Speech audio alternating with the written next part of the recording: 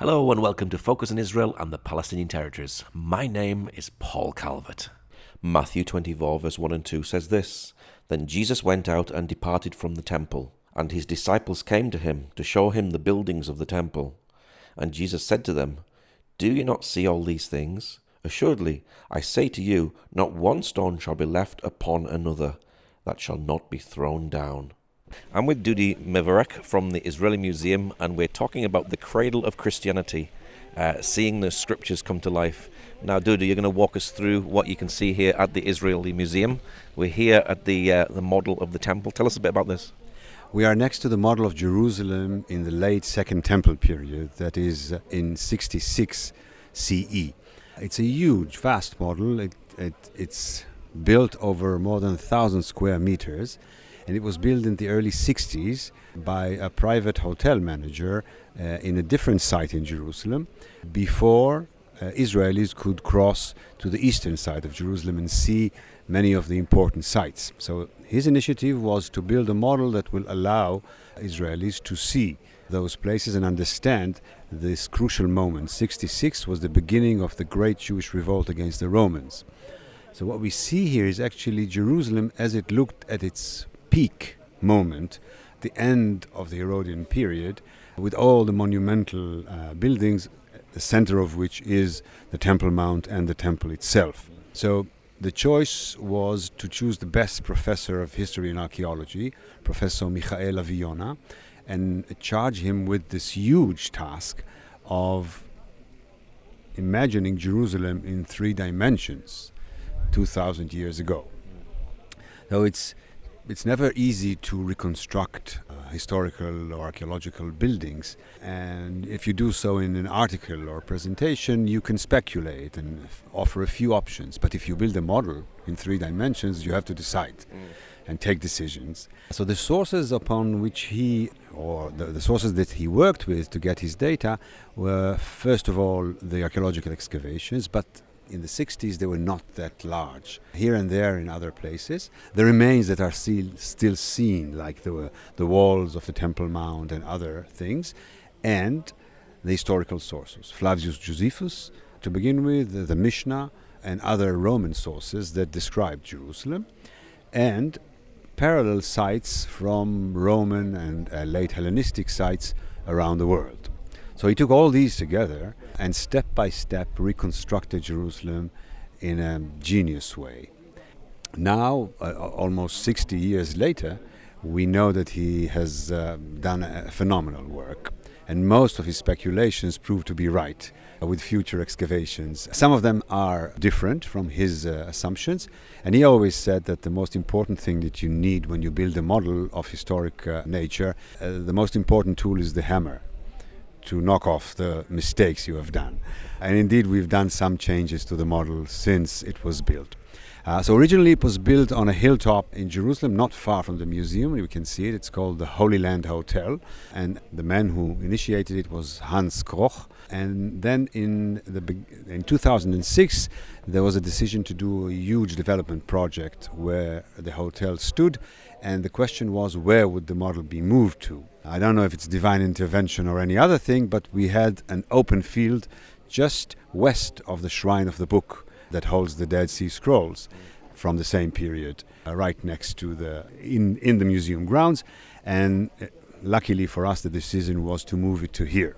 The model is built from Jerusalem stone. That was another decision taken by the builders, and it is built from more than 1 million cubes of Jerusalem stone.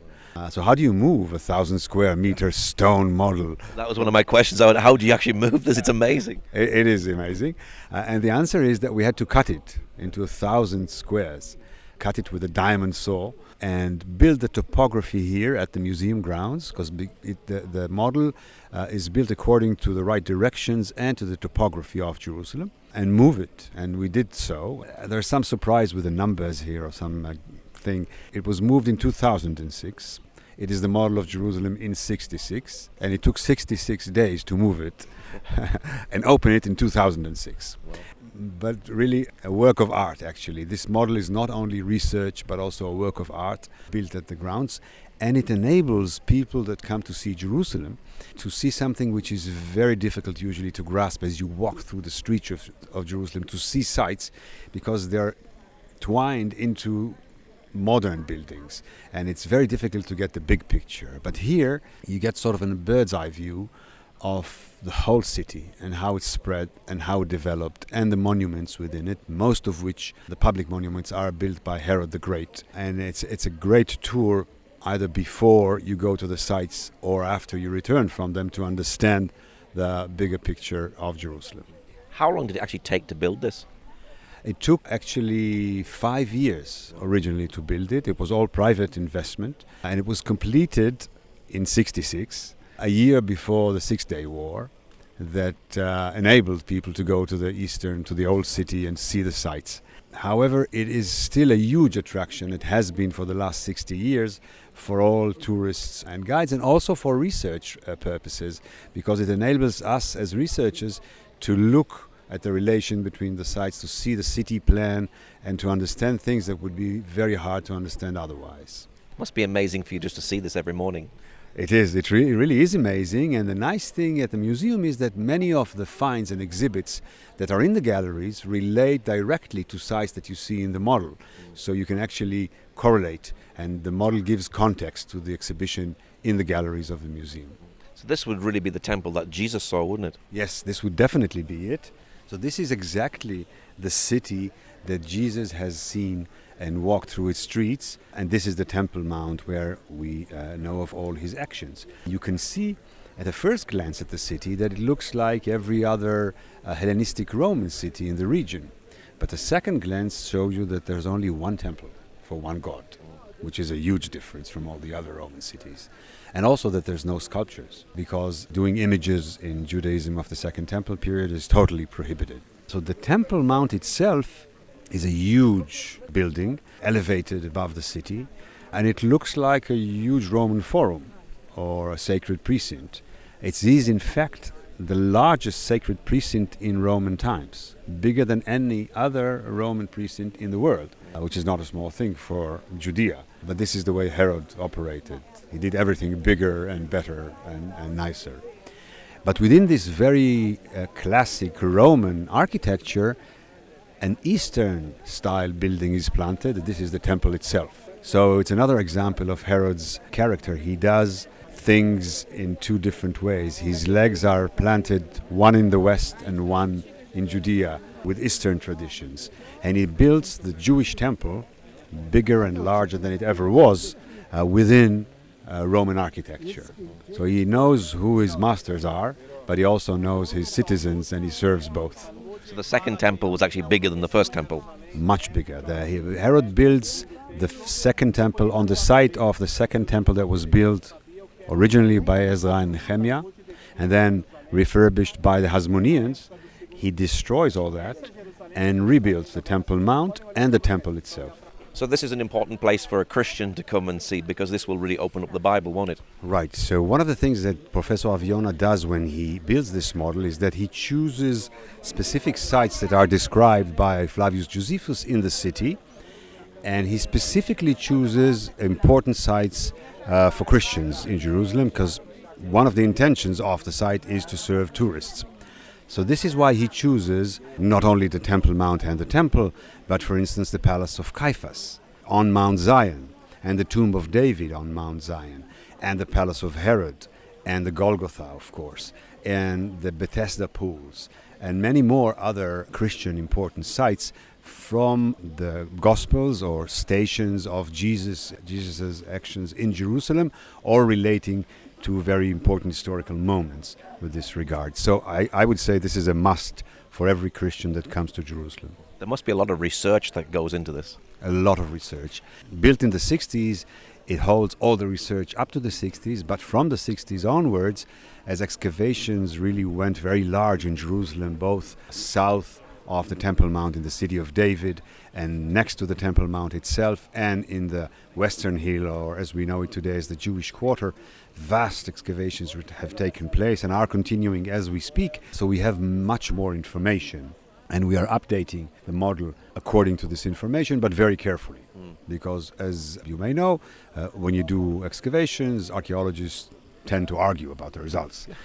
So we don't change things that are under argument, but only things that are certain.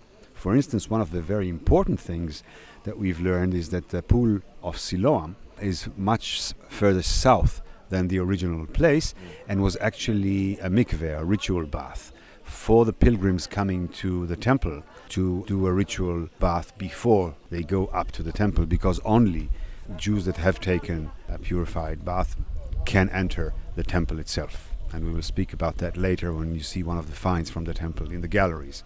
So it holds a lot of research and a lot of results from excavations. And as I said, some of the things are speculations and are built as parallels to things that were found in other sites. For instance, you see that theater, that very Roman theater. We have not found that theater.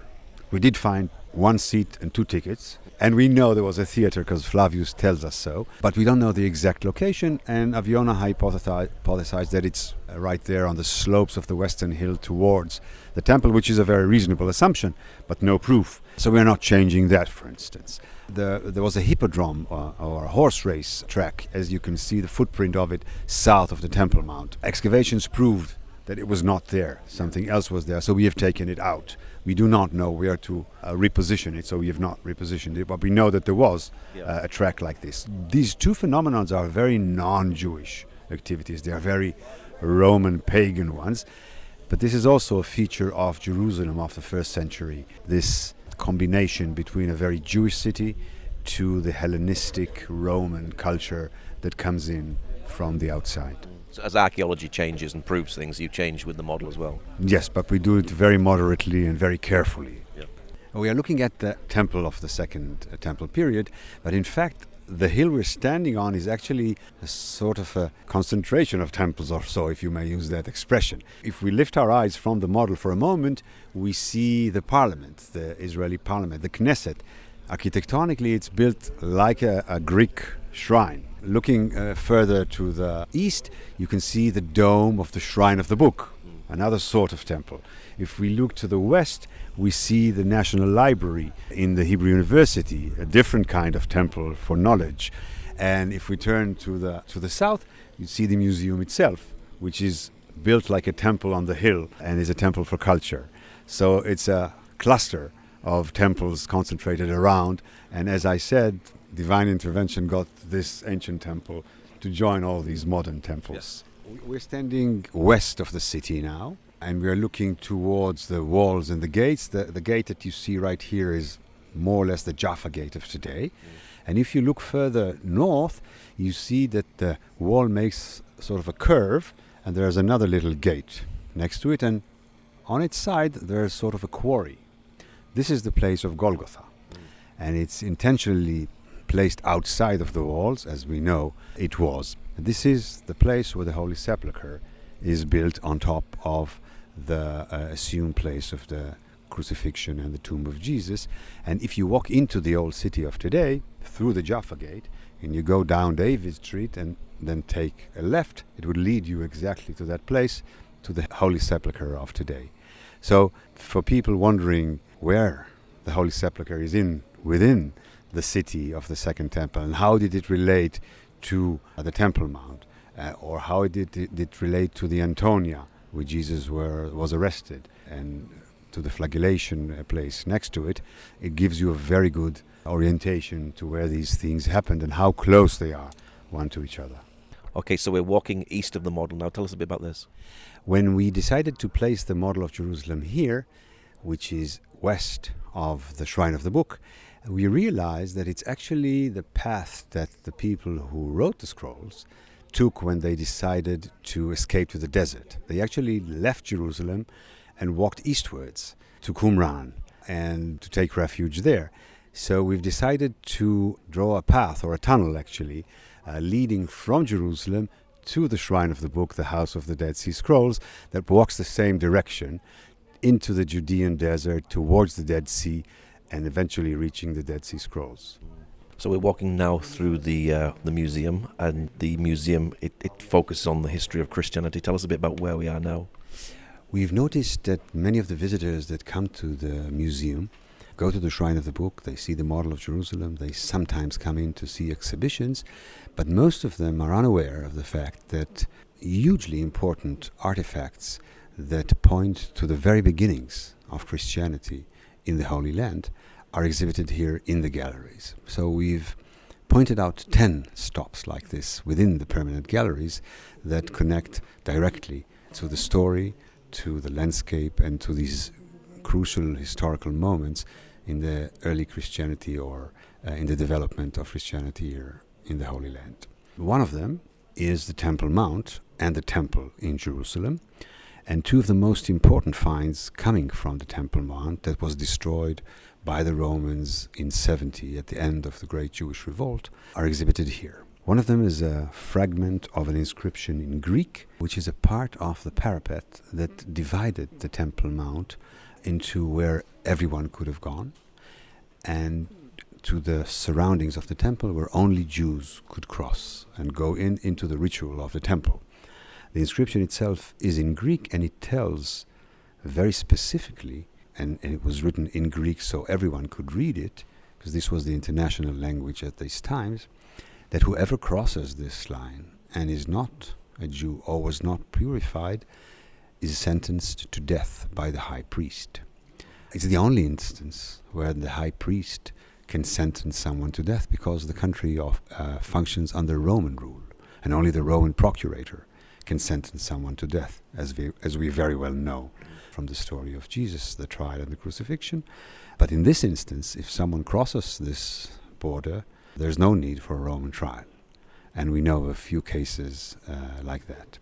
So this is a hugely important inscription, and in fact we know of this kind of parapet with inscriptions from Josephus Flavius that describes this, and also says that it was inlaid with inscriptions in Latin and in Greek. So this is something that Jesus would have seen, this sign? He has definitely seen and read these signs, and part of his activities on the Temple Mount and around it are criticizing the activities and the priests on the Temple Mount. And we'll get to that in a minute with another find. So the other inscription next to it is in Hebrew, and it's also from the Temple Mount. It's actually a notice for the priest where to stand and blow the trumpet. It says in Hebrew, Lebeit Hatki'ah Leachriz, to the house of the trumpeting to announce. And we understand that this is the place to announce the entry of Shabbat, of Saturday, when you have to cease work. And then again at the exit of Saturday when you can resume work. So this is just a marker, but for the activity of the temple itself. So it was found below the Temple Mount because it was, when the temple was destroyed, it was thrown down by the Romans into the street below. So today in modern Israel, we have a siren that goes off for Shabbat. So this is the siren that they used. Exactly. So the same practice that was here 2,000 years ago continue. And if you go to the market in Jerusalem today, on Friday afternoon, you'd hear those religious people with bugles walking through the streets and urging the merchants to close their shops for the entry of Shabbat. One of the exciting exhibits here is actually a graffito or incised on a plaster of the exterior wall of one of the houses of Jerusalem. And it very rarely describes implements of the temple.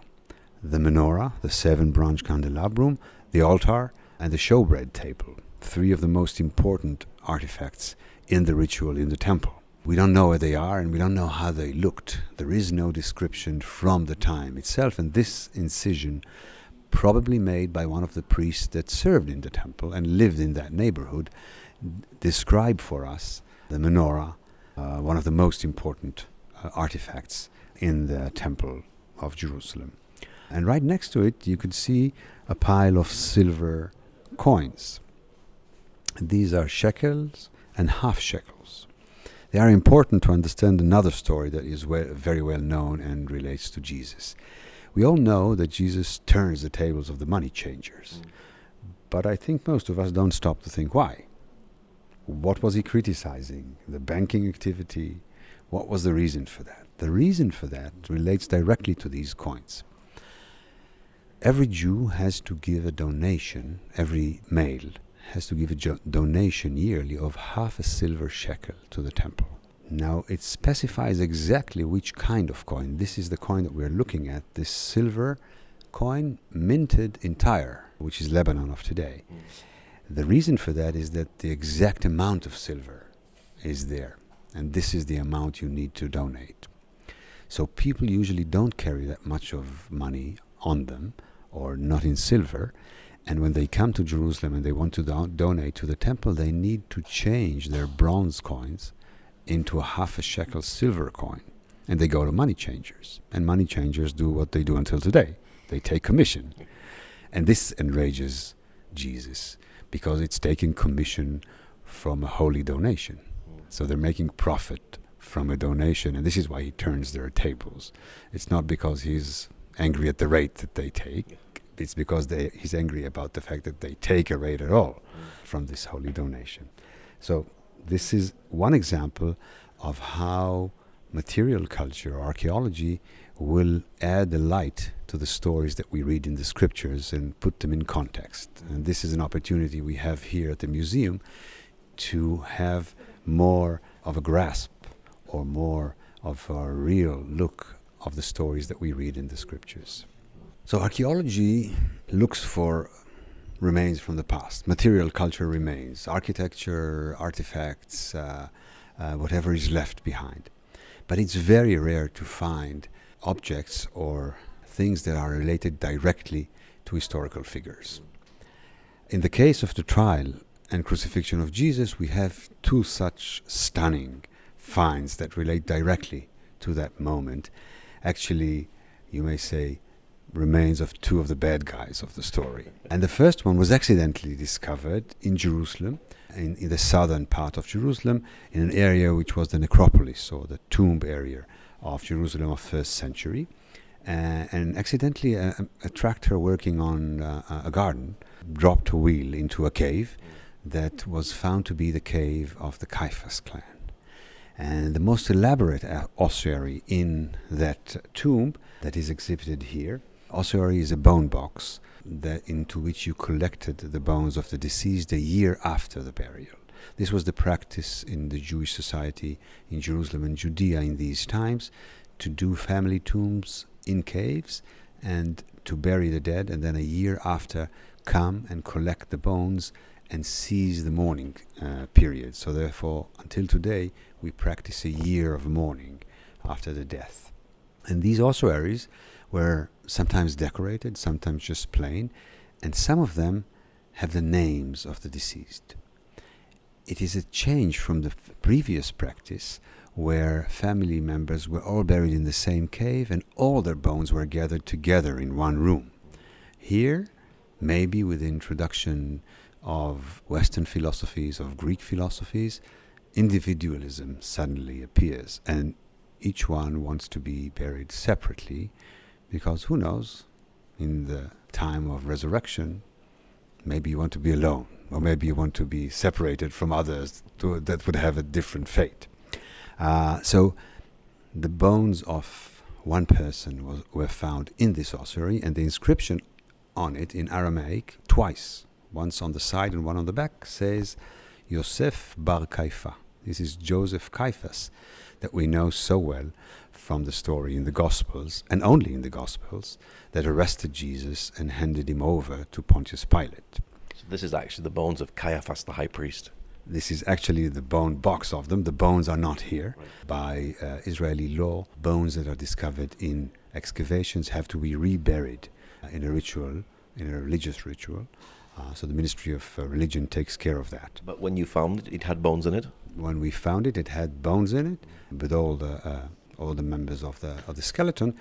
It of course did not have a note saying I sentenced Jesus, so we are not 100% sure. We are never 100% sure in archaeology, but it does have the full name of the high priest that we know served in the time of Jesus, and from the Gospels we know that he is reported to have arrested Jesus.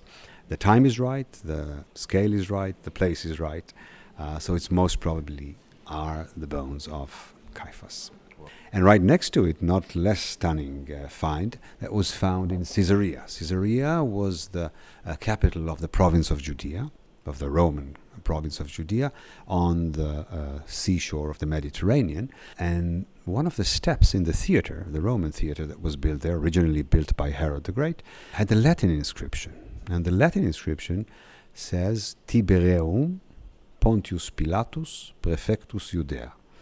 In other words, dedication of a building to Tiberius, the emperor, most probably a lighthouse in the port of Caesarea, was done by Pontius Pilate, the procurator of Judea. This is the man that crucified Jesus, and this is the only inscription in the world that mentions his name. He was here for a procurator for 12 years, and not even his coins that he minted bear his name. So this is the only sign that he left behind with his name. This must be a huge find. It's a huge find. It was found already many years ago, and we've chosen to exhibit these two finds one next to the other, although they are more than 100 years apart in time, because they relate to this phenomenal story. And so not only one exhibit or a person, but two important historical persons that are shown on archaeological finds. It's really unique. So this is the bad guy part of the museum, is it? This is not only the bad guy, it's also the bad action, because right next to them we exhibit another unique find. It's also coming from an ossuary, but this time a very plain ossuary, totally not decorated, found in the tomb in Jerusalem. The inscription on it says, Yochanan, son of Hagakul. We don't know who Yochanan was, but we do know that he was crucified. This skeleton that was found inside had a huge iron nail driven through its heel. And this is the only tangible evidence or find of crucifixion in the world. Wow.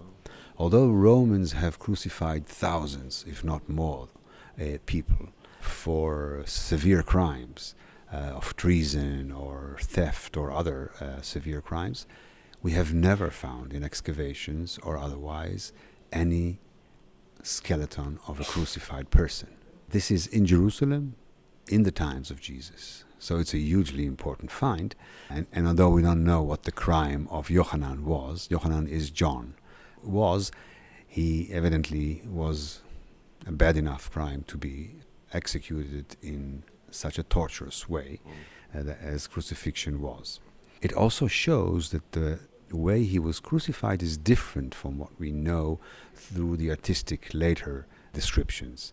You can see in the drawing exhibited next to it that his feet were nailed to the side of the beam, not to the front of the beam, one on top of the other. Each foot was nailed separately to the side of the beam, and we do not know why this specific nail was not extracted from the skeleton and taken elsewhere, or in other words, we don't know why we have never found any nails in the skeletons of people that were crucified. One of the reasons may be that things related to death were many times used as amulets to protect against death. So maybe nails were used in this way in antiquity, and we do know that nails are used as amulets until today. Would that be like we use a cross as a Christian? They would put like a nail around themselves to protect themselves? Exactly. It is the same, and you can see that until today people wear nails to remember crucifixion. So wearing crosses goes to the same practice of remembering that moment and being protected by it.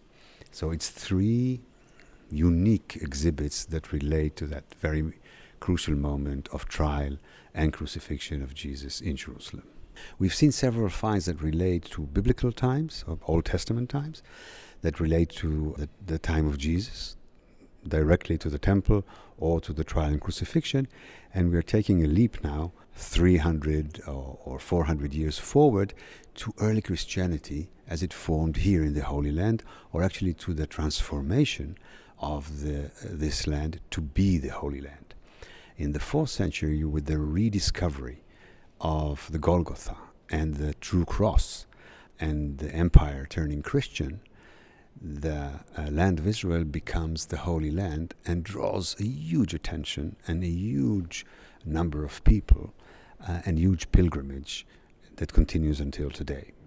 and with it, a huge development. So this period, which we call the Byzantine period, from the 4th century all the way up to the 8th century, until the Arab conquest, is a huge development of churches, monasteries, hospices, hospitals, and a huge array of services, all meant for the pilgrims to the Holy Land and to the holy places.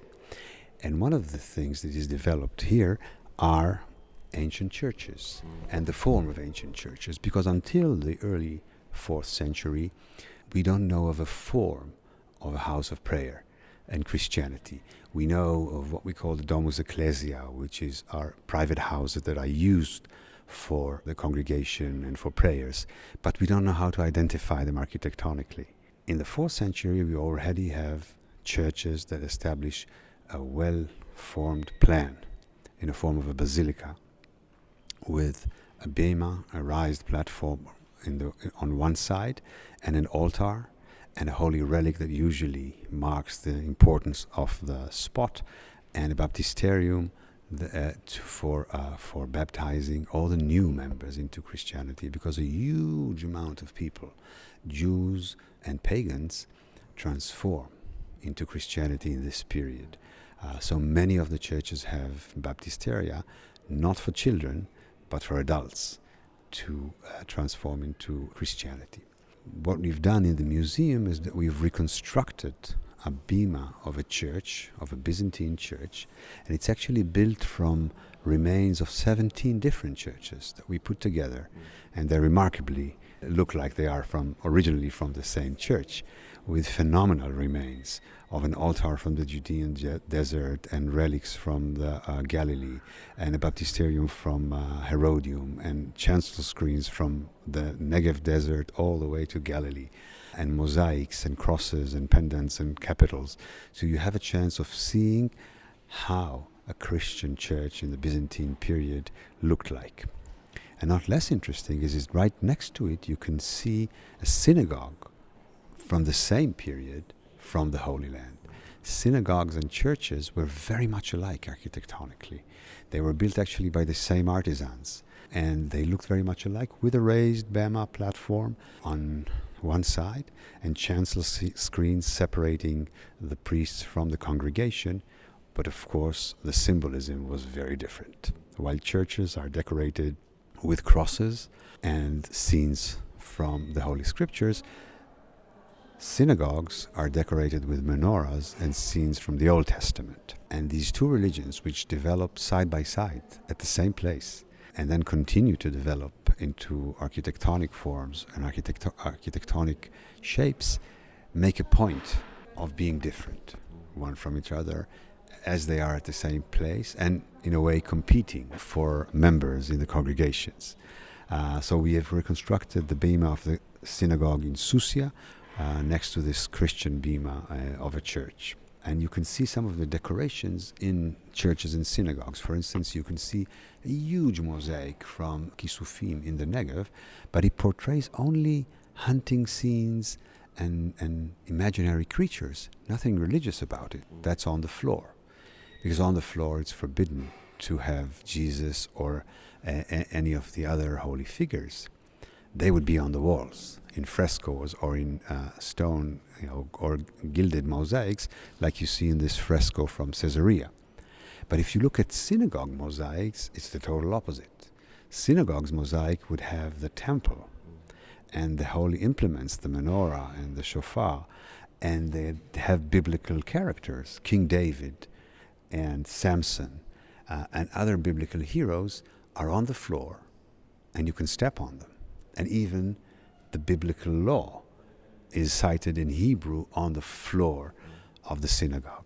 It gives you an idea that this huge change in concept in Judaism that occurs here, the previous period, the Second Temple period, forbid doing human characters or animal characters of any kind, because paganism was the threat. And in this period, the competition is Christianity. So therefore, Jews go back to depicting biblical stories and the temple, which is already destroyed 300 years, because they want to make a point of remembering these. and making a difference between churches and synagogues. So it's a chance to see a huge, rare moment in the 4th to 7th centuries where Christianity and Judaism existed side by side, practiced side by side, in very similar buildings but very different practice. So the Holy Land is a field of development of architecture and services for pilgrims, because pilgrims come here in millions through the Byzantine time. And it's actually an industry. It's a holy tourism, and it continues until today in the same manner. And one of the things that we do find is signs of this development, or in other words, modern development of Jerusalem. When we do new roads or new trains or lay new cables, we find archeology and we find signs of development of the Byzantine period. And the two inscriptions that we stand next to are two signs of that. The mosaic one was found only a few months ago near the Damascus Gate as they were excavating for a new cable system. And it's in Greek, and it mentions Justinian, the emperor, maybe the greatest developer of the Holy Land, and Constantine, the abbot, who built a place for pilgrims, a hostel probably, right outside the Damascus Gate. The inscription above it, made in plaster, was found 40 years ago in the old city, and it's actually the basement or the cistern, the water cistern, of the largest church that existed in Jerusalem, called then the Nea Church, the new church, established by Justinian. And it mentions the same two people, Justinian and Constantine the abbot. So these two guys developed Jerusalem for pilgrims 1,500 years ago. So this holy tourism coming into the land went through a holy itinerary. They went to see all the holy places. They went through the biblical sites. They went through the stops in the story of Jesus, through where Jesus passed. They wanted to see holiness. They wanted to touch holiness. And they wanted to take it home with them. And they did. And we find endless number of souvenirs that were taken by pilgrims back to their homelands in Europe, in North Africa, and in other places. And we find them along the tour that they took. And sometimes we find here in Jerusalem souvenirs of people that came from Egypt or came from Syria, from other holy places. So we find collections of souvenirs of holy places. And these souvenirs are in many shapes and forms. A lot of them are flasks, containers, small containers, whether ceramic containers or glass containers. And on them are imprinted the scenes that describe the holy sites that they were taken from. They contained oil from the holy places, oil that was put on the holy relics kept in the churches and then poured out into those flasks and could be taken home as medicine, as remedy. Or they contained oil from the oil lamps that burned in the holy places. Sometimes they would take earth and put it into the holy places, for instance, the Holy Sepulchre, and then take the earth out and form sort of little shaped coins from earth imprinted with the scenes. So we have scenes of the visitation, we have scenes of the Annunciation, and we have scenes of the baptism, and all the stories that we know so well from the Gospels are on these flasks and eulogia coins that pilgrims buy here as they move from one stop to the other, and they take it home. And sometimes we find these eulogia coins a little bit damaged on the edges. It's not because they were broken, they were used this way. These are ancient aspirins. You'd take them home and you'd grind them a bit into a glass of wine or to a flask of oil and drink them as medicine or as a quality of promising a need that you'd want.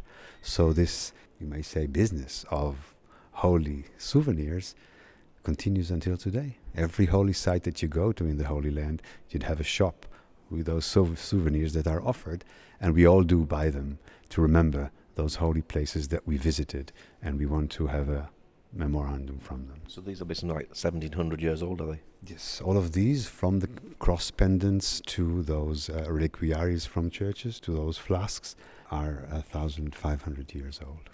Well, Dudi, thank you very much. It's important when people come to visit the land that they come here to the Israeli Museum, isn't it?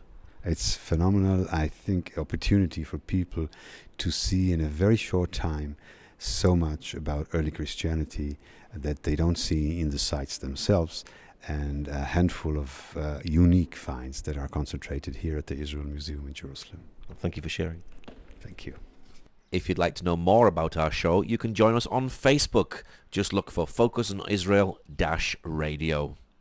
Ezekiel 37 verse 4-6 says this, "Again he said to me, prophesy to these bones, and say to them, O dry bones, hear the word of the Lord. Thus says the Lord God of these bones, surely I will cause breath to enter into you, and you shall live. I will put sinners on you, and bring flesh upon you, cover you with skin, and put breath in you, and you shall live. Then you shall know that I am the Lord." And the Jews will receive the real shalom peace.